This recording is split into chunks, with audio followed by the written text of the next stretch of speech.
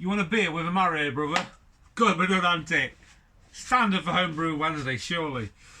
Guys, back end of last week I received 2 beers from Dave at Cheshire Homebrew, the legend himself. Clarity on that already, it's just ridiculous, ain't it? This is his speedy brew. Now, if you watched his video from a few weeks ago, I'll put a link down to the channel below. There's like a part 1 and a part 2. Obviously, part 1 making it, part 2 seeing what it's all about, basically. But speedy brew is his take on a 15-minute mash and a 15-minute boil. Can it be done? I'm blessed to have one sent me, so thank you, my mate. Let's see what it's all about. And then I'll tell you what the other beer was.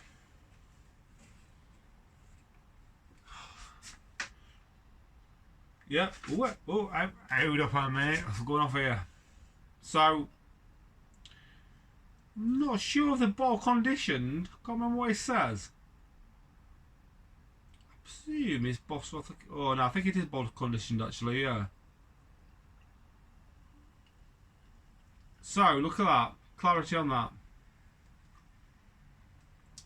Leave a last little drop there.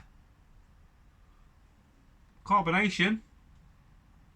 Certainly playing. Don't know if it's picking up rate on camera, but very, very good. So if I remember right, it was around about 2.5 kilo of malt in this. It's like a little stovetop brew he did, but on his induction hob. He uses one of the same ones I've got, the Tefal one. And then if Amarillo, if I remember right.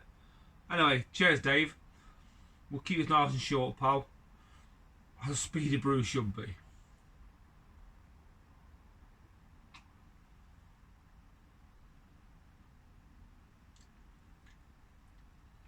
Straight away, the mouthfeel, I think, if I remember, it says around about 3.7.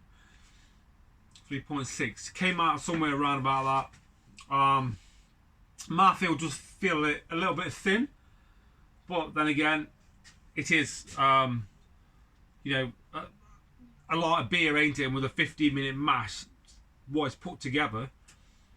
But then you do get that initial pop of a citrus. So the Amarillo, it literally took over there. You see citrus in like an orange peel.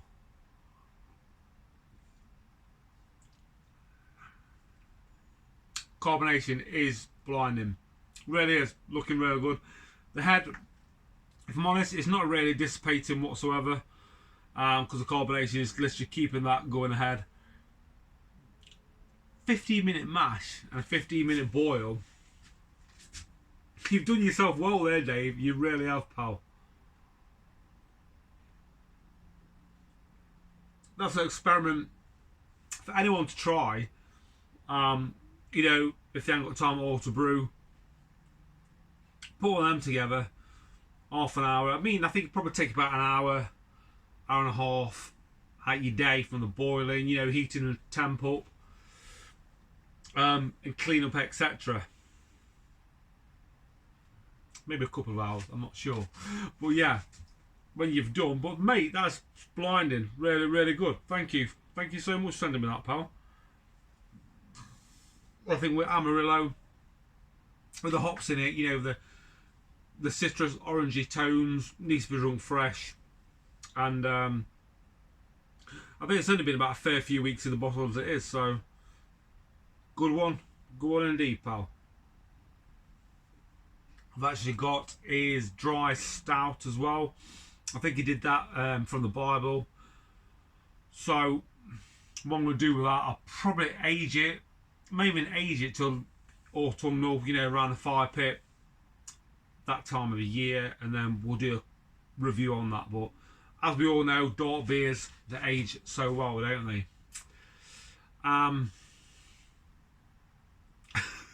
Yeah, I got the Maribor from work.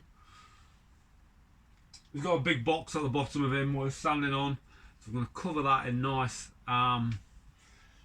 you know, glittery, sparkly wedding wrapping paper, and then that's going to be the old card box, basically, you know, your post box. And with his little cube at the top, I'm going to put a little bow on there, you know, it's like gifts and stuff like that. But yeah, it'll make people laugh when they walk into the reception. 3 week on Sunday. Bloody hell.